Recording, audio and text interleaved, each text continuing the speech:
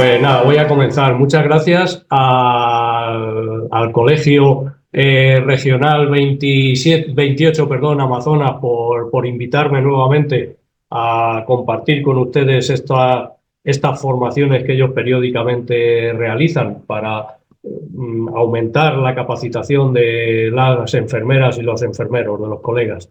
He escuchado parte de la ponencia del ponente anterior, también muy interesante y muy interesante su respuesta. Bueno, a mí me han encomendado en el día de hoy hablarles de la desfibrilación externa automatizada, o DEA, como también se la conoce, y cómo se inserta durante una reanimación cardiopulmonar. Yo mi ponencia he hecho primero una primera descripción de qué es la desfibrilación, por qué tipos de desfibriladores existen, para centrarme finalmente en los desfibriladores externos automatizados.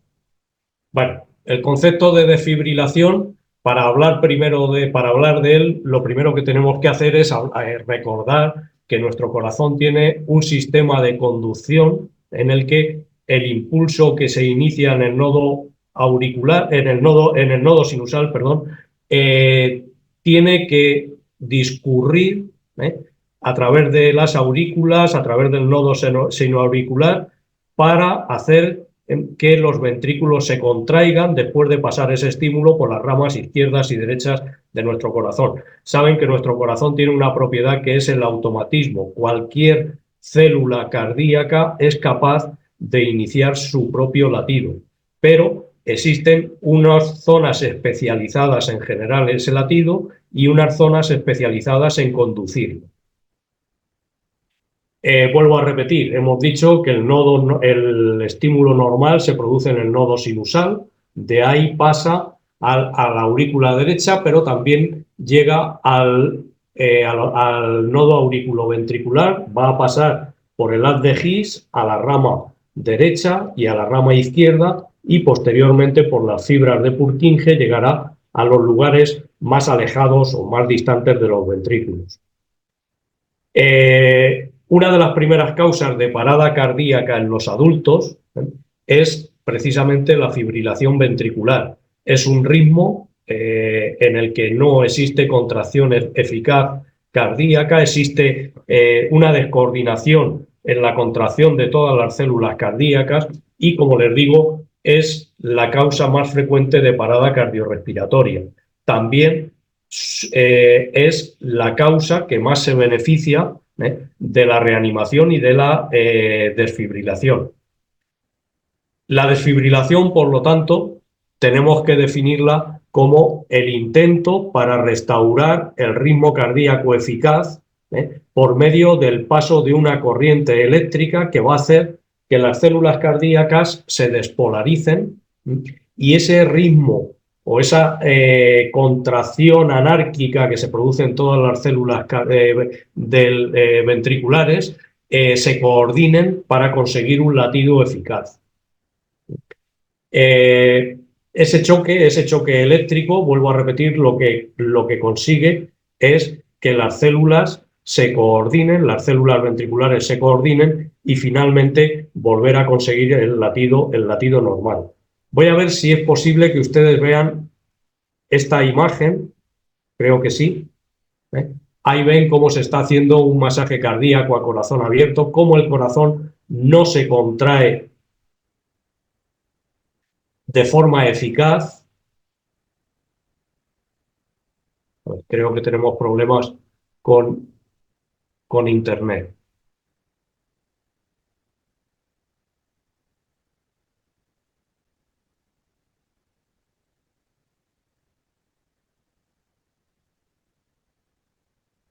A ver, un momento, vuelvo a compartir la pantalla, vuelvo al lugar donde nos encontrábamos y les decía que en estas imágenes vemos cómo se masajea un corazón que está en fibrilación ventricular y una vez que se desfibrila, observen cómo esas fibras cardíacas, esas fibras ventriculares vuelven a sincronizarse, a conseguir un latido un latido eficaz. Ese es el objetivo de la desfibrilación. ¿Cuándo está indicada la desfibrilación? Pues como decíamos anteriormente, siempre en caso de fibrilación ventricular. Este es el trazado de una fibrilación ventricular gruesa. Como ven, no se ven ondas organizadas en ningún momento. Y también está indicado en caso de la taquicardia ventricular sin pulso, en el que podríamos ver estos, vamos a llamarlos extrasístoles ventriculares, pero que no son capaces de generar pulso y por lo tanto de que el corazón haga su función de bomba. Sabemos, o mejor dicho, la desfibrilación es una técnica con la que se empezó a experimentar en los años finales del siglo XIX. Se sabe que desfibrilar un ritmo que lo necesita, un ritmo cardíaco que lo necesita, es sumamente eficaz, tanto que en la mitad del siglo XX prácticamente ya todos los grandes hospitales disponían de esta técnica en cualquiera de sus unidades de emergencia y de cuidado crítico. Pero vamos más allá. Es tan importante la desfibrilación que hemos necesitado tener en los lugares públicos desfibriladores externos automatizados que puedan ser utilizados por cualquier persona con un mínimo de conocimiento para conseguir que la supervivencia al paro cardíaco aumente. Siguiendo el hilo de mi charla, estábamos hablando de desfibriladores, un repaso muy rápido. Según los tipos de desfibriladores pueden ser externos, ya sea un desfibrilador manual, que encontramos en cualquier unidad hospitalaria, o puede ser un desfibrilador externo automatizado, como el que es objeto de esta charla y que más adelante veremos algún ejemplo. También existen los desfibriladores internos, pero no es nuestro objetivo. Los tipos de onda que se utilizan también han sido investigados, de tal manera que podemos encontrarnos desfibriladores, los más antiguos, que sean monofásicos, es decir, den una descarga con una polaridad únicamente, o pueden ser desfibriladores bifásicos. Ahora veremos sus ventajas. Y en cuanto a la forma de la onda, también se ha investigado mucho en el sentido de que las ondas de descarga truncadas son más eficaces que las ondas sinusales. En cuanto a la utilización de los desfibriladores monofásicos y bifásicos, pues generalmente los monofásicos necesitan descargas de mucha más intensidad, de hasta 360 joules, mientras que los bifásicos, la energía eléctrica necesaria es bastante inferior, de aproximadamente 200 joules. Aquí tienen una imagen en la que estamos simulando un desfibrilador monofásico, el de la izquierda, y un desfibrilador bifásico. Cuando hacemos la descarga con un desfibrilador monofásico, lo que conseguimos es que la corriente eléctrica vaya de un electrodo a otro. Sin embargo, cuando lo hacemos con un desfibrilador bifásico, lo que conseguimos es que el corazón sea traspasado dos veces por esa corriente eléctrica, una que va de un electrodo a otro y nuevamente esa corriente que regresará al primero. De ahí que la energía eléctrica necesaria con los bifásicos sea bastante menor que en el caso de los monofásicos. Bueno, esto está muy bien a nivel teórico, pero realmente nosotros, cuando tenemos un equipo en nuestra unidad, muy pocas veces, a no ser que nos pongamos a investigar, vamos a saber si el desfibrilador es bifásico o monofásico. Lo podemos intuir si nos está recomendando que la energía con la que debemos de dar la descarga es de 200 joules. Bueno, pues se trataría de un desfibrilador bifásico. Bueno, la energía bifásica lo que ha permitido, sobre todo, es tener que desfibrilar con niveles de energía menor y, sobre todo, ha abaratado también los costes de los equipos. Un desfibrilador manual, como este u otros más complejos que ustedes habrán visto o utilizarán en los hospitales, requiere un personal sanitario cualificado que sepa interpretar el trazado electrocardiográfico que estamos viendo en pantalla y tiene que decidir, y ese sanitario tiene que decidir si es necesario o no desfibrilar, tiene que seleccionar la energía, es decir, todos los procedimientos para llegar a la desfibrilación tienen que ser hechos por la persona que está manipulando el desfibrilador y que tiene los conocimientos adecuados para hacerlo. Frente a eso, como les decía, frente a eso, y dada la evidencia de que la fibrilación es totalmente útil en caso de parada cardíaca, de que las paradas cardíacas, la mayoría de ellas se producen fuera de un entorno sanitario, se producen en la calle, se producen en nuestras casas, se producen en nuestros lugares de trabajo, de ahí el que se hayan desarrollado lo que se llaman desfibriladores automáticos externalizados.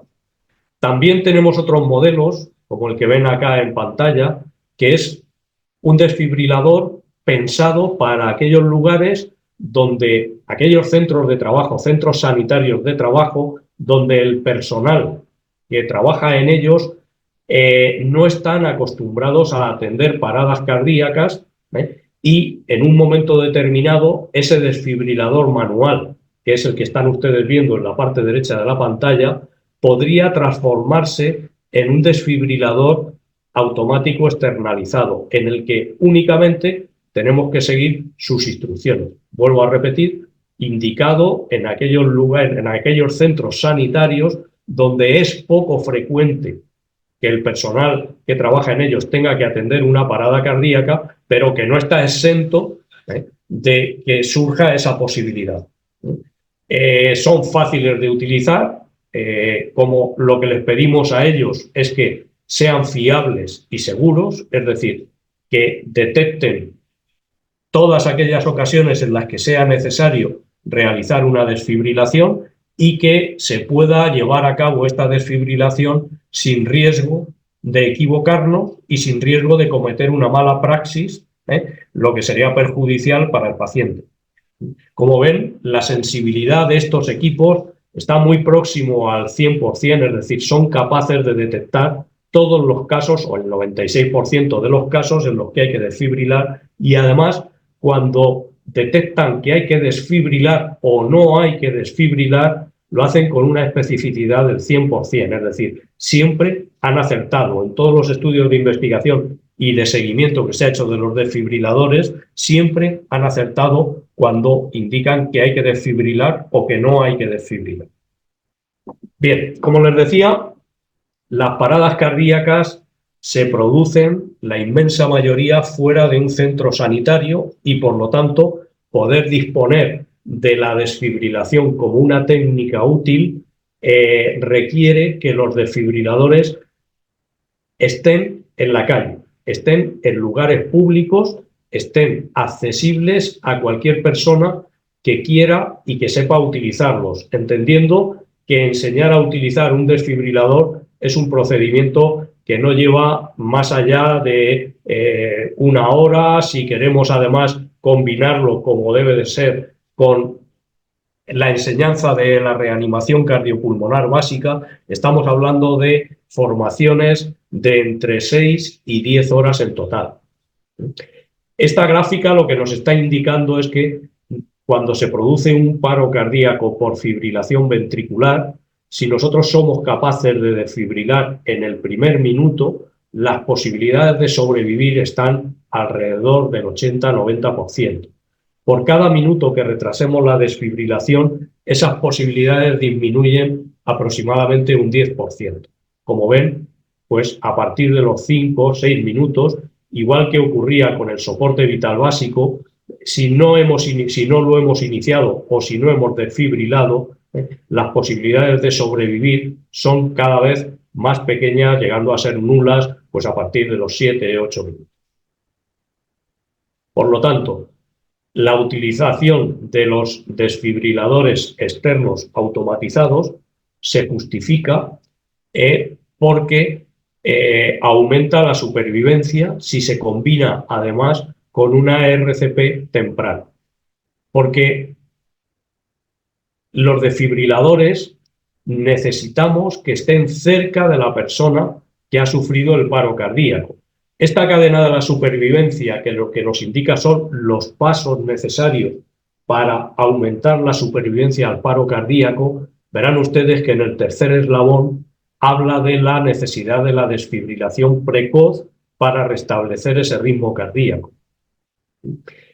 Voy a compartirles también un vídeo, es un vídeo simulado, en el que un jugador de baloncesto sufre una parada cardíaca y cómo sería la actuación necesaria en un lugar en el que no hay personal sanitario, pero sí personas que saben utilizar el desfibrilador y saben hacer una reanimación cardiopulmonar. Espero que podamos compartirlo y visualizarlo.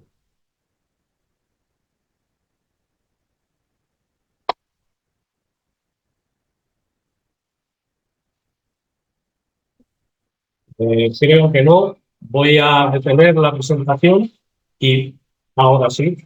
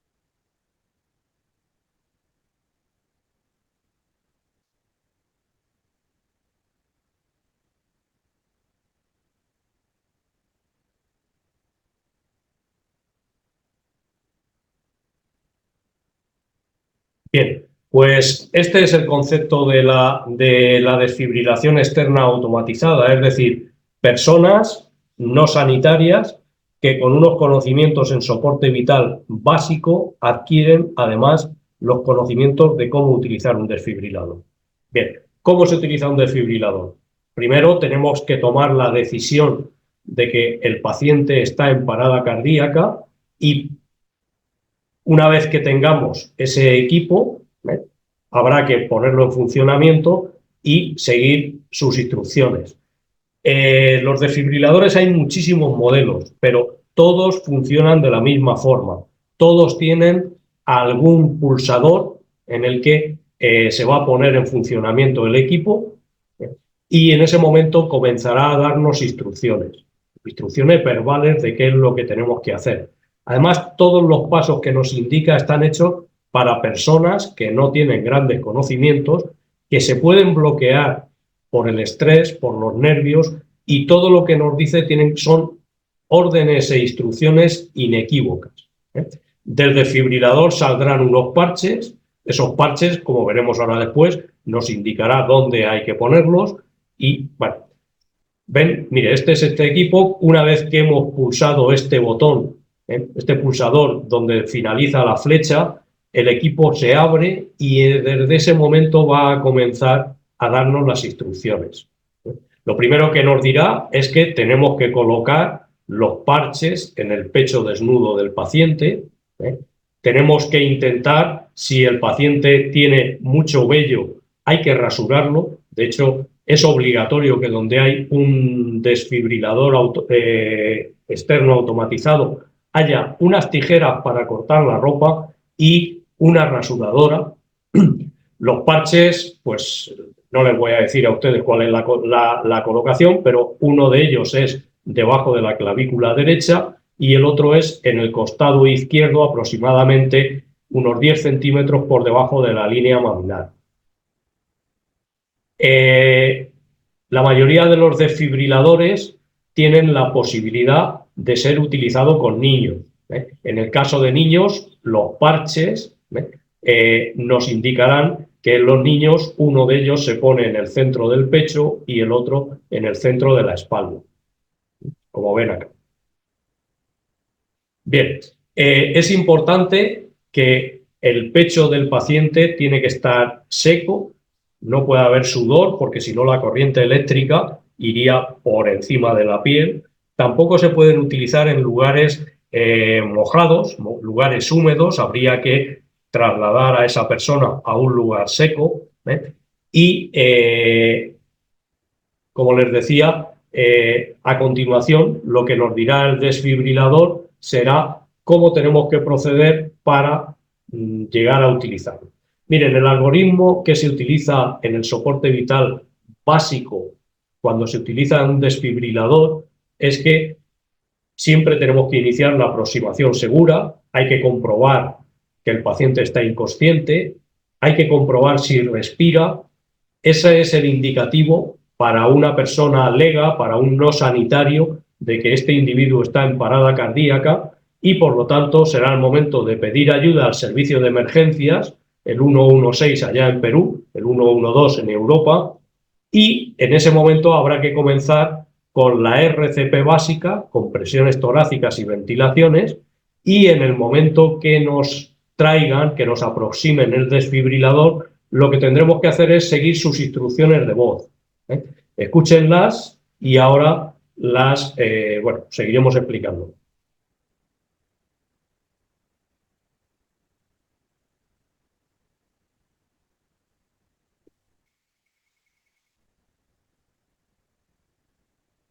Los electrodos en el pecho desnudo del paciente.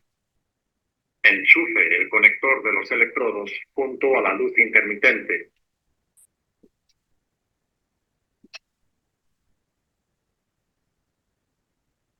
Fijando el ritmo cardíaco. No toque al paciente. Se recomienda dar una descarga. Se carga el aparato. Manténgase alejado del paciente. Dé una descarga ahora. Pulse el botón naranja ahora. Se dio una descarga. En pausa. Si es necesario, inicie resucitación cardiopulmonar.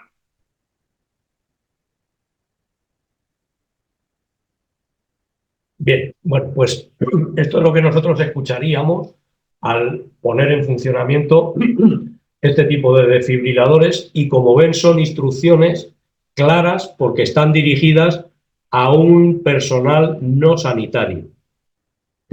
Bien, por seguir con esta secuencia, lo primero que hemos hecho ha sido prender el desfibrilador.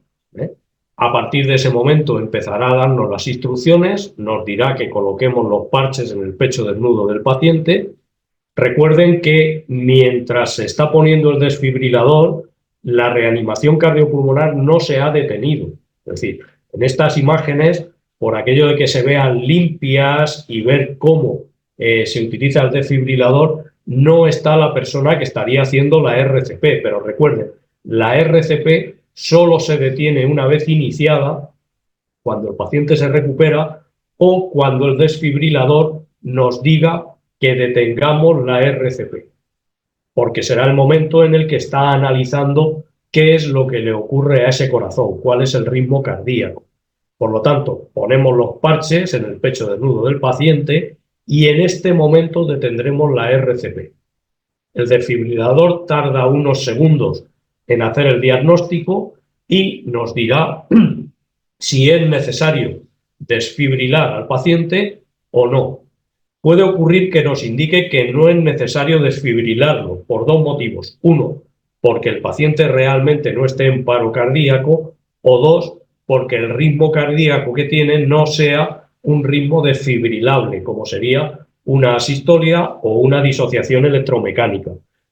En caso de que nos diga que hay que desfibrilar, pues lo que tenemos que hacer es, en primer lugar, asegurarnos de que nadie esté en contacto con el paciente para no recibir también la descarga eléctrica y en ese momento pulsar el botón naranja que nos estará llamando para que desfibrilemos. En ese momento, lo siguiente que nos dice el desfibrilador, que nos recuerda, es que verifiquemos si el paciente se ha recuperado del paro cardíaco y en caso de que no se haya recuperado, que reanudemos la RCP durante el tiempo necesario hasta que el desfibrilador nos vuelva a decir que es necesario detener la reanimación porque él cada 2 minutos está indicado, recuerden que la desfibrilación se indica cada 2 minutos. Por lo tanto, el desfibrilador a los 2 minutos de estar haciendo RCP volverá a analizar si es necesario o no esa desfibrilación. Yo tengo aquí grabado también un vídeo con un compañero, con un colega, donde vamos a ver cómo habría que utilizarlo durante una reanimación cardiopulmonar. En primer lugar, vemos una reanimación en la que no vamos a utilizar el desfibrilador y hemos hecho el diagnóstico de inconsciencia, abrimos la vía aérea, comprobamos si el paciente respira y el soporte vital básico, recuerden que no se toma el pulso, por lo tanto, la apnea es un indicativo de que el paciente está en paro cardíaco. Se comenzará con las compresiones y si esta persona lo estima y quiere hacerlo, cada 30 compresiones aplicará 2 ventilaciones. Recuerden que hay otra técnica que es la RCP solo con compresiones en aquellos casos en los que el reanimador no quiera hacer la ventilación boca a boca por el motivo que sea.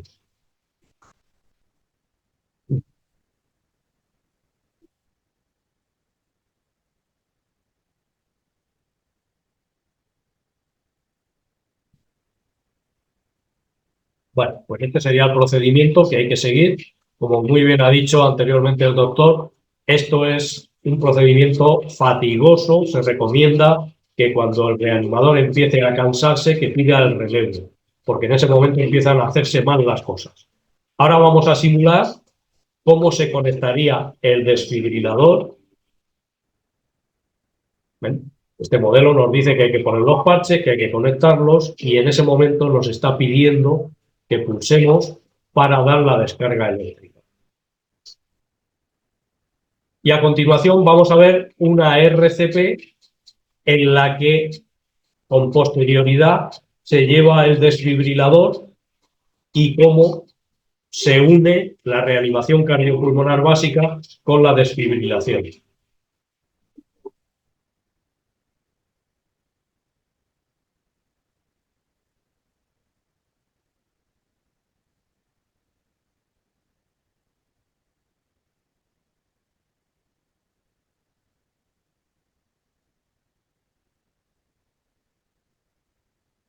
Bien, ¿ves? El desfibrilador llega, no es normal que un desfibrilador esté en el mismo lugar donde se ha producido el paro cardíaco, pero lo que se intenta es que haya muchos desfibriladores en las ciudades para poder conseguirlo de forma rápida. ¿Ven? Sin detener la RCP, conectamos los parches.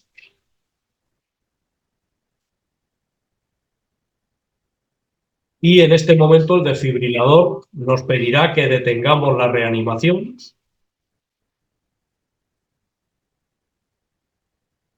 Hace el diagnóstico de si es necesario desfibrilar o no.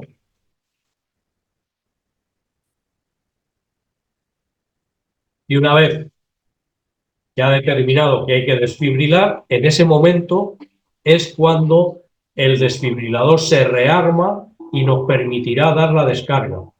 Recuerden que anteriormente hemos dicho que estos desfibriladores son seguros. ¿Por qué? Porque no me dejan dar una descarga a no ser que ellos se hayan rearmado y estén preparados para dar la descarga. Y eso solo lo hacen cuando detectan que el paciente está en paro cardíaco por fibrilación ventricular. Bueno, ¿qué obligaciones hay en aquellos lugares públicos donde se instala un desfibrilador?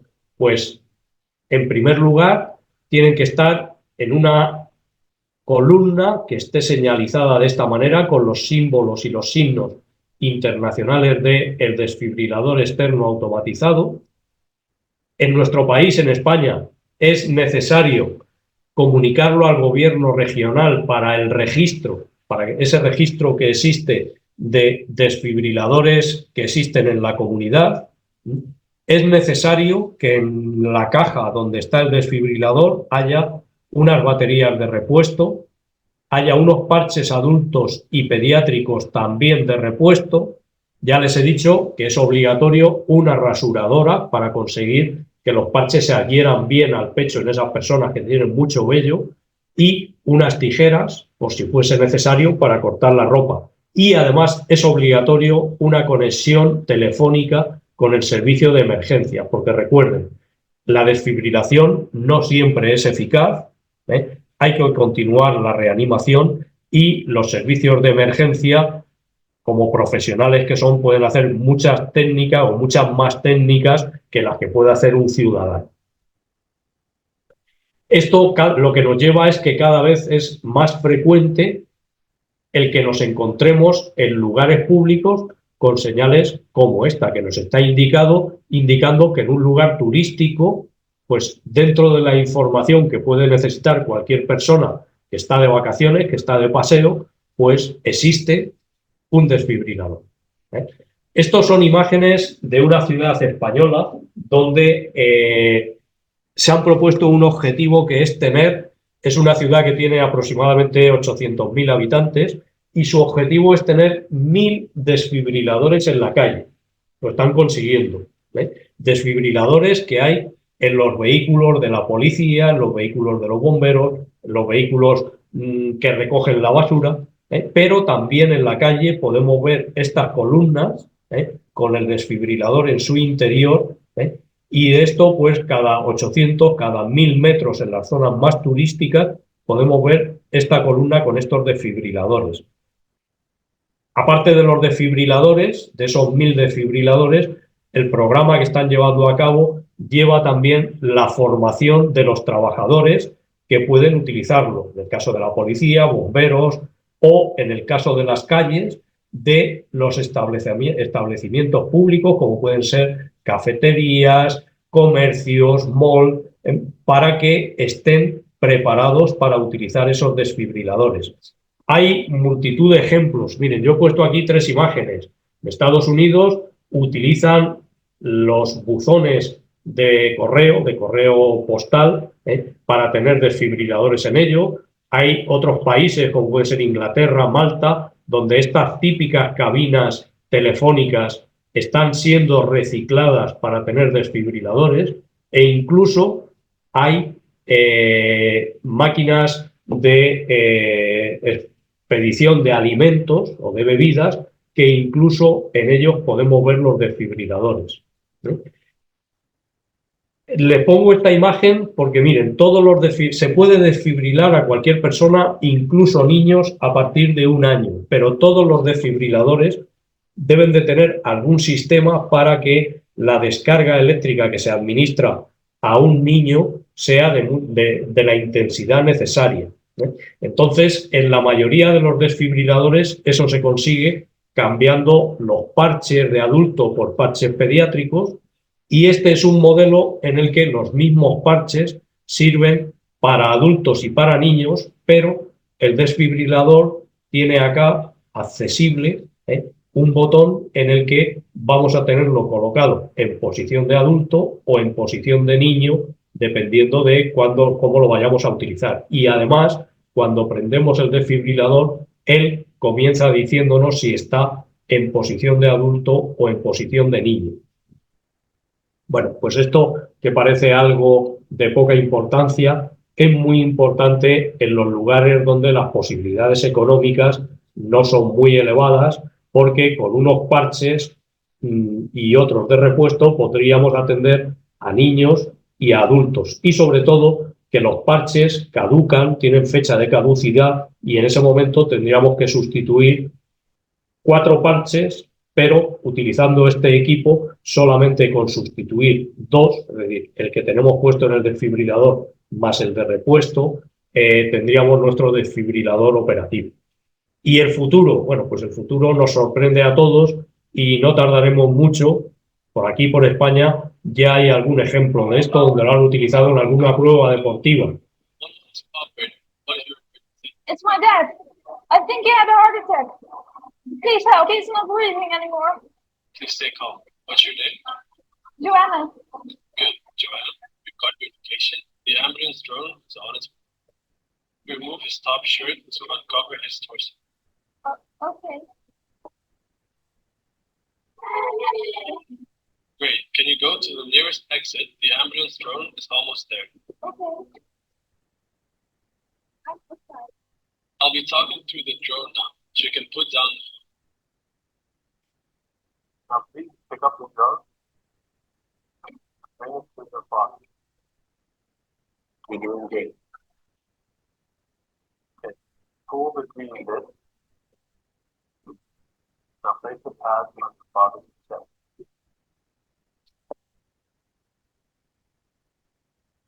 I can see the pad are properly applied.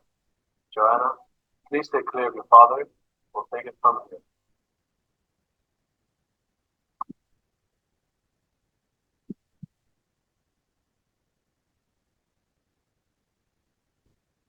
Bueno, pues como les digo, este es el futuro. Probablemente no tardaremos mucho en verlo. Y bueno, pues mi presentación con esto ha terminado y quedo a disposición de ustedes por si tienen alguna pregunta.